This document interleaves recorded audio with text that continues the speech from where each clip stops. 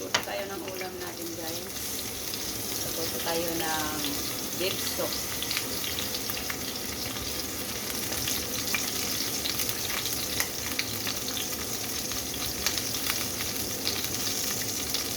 Isa lang natin guys ang onion. Lagyan natin ang ating garlic. Yan, ilagay ko na ang garlic guys. Hindi pa nag-ano guys ang ating beef bilog pa guys. Okay lang yan. Malinis naman yung pinugasan ko na yan.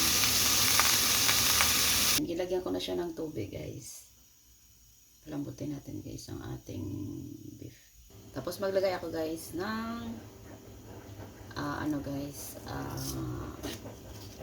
beef para may lasa guys ang ating soup. Tapos maglagay ako ng kunting asin.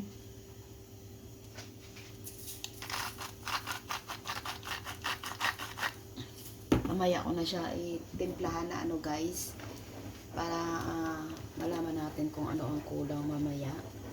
Paglagay ako ng black pepper. Mga taba-taba ng mga beef pangkuha ko siya guys para hindi oil guys. And tapos guys, ilagay na natin ang ating patatas kasi malambot na ang ating beef.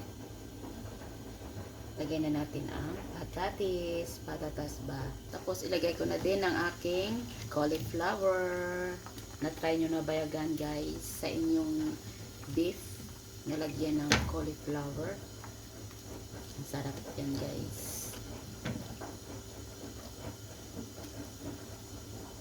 Siyempre, tikman natin guys kung ano ang lasa guys. Yan guys ang aking carrots. Natikman ko guys ay okay na okay. Sarap ang sabaw. Yan ang ating soup. Beef soup. Nakaluto na ba kayo guys ng inyong ulam guys? Guys ng repolyo, my favorite.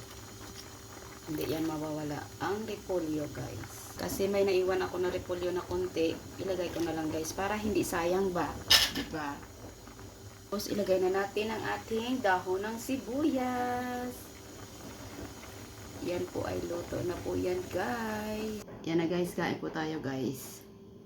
Yan ang ating rice ay 2 kutsara. May repolyo, cauliflower, at carrots, patatas. Tara guys, kain po tayo.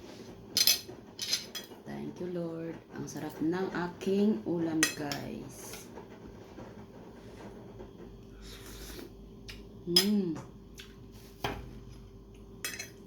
Kain po. Ako ay magtinidor kasi may sabaw.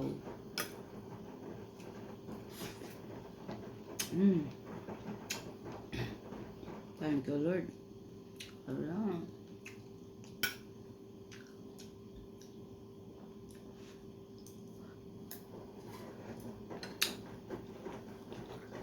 Subukan nyo guys, ang harap.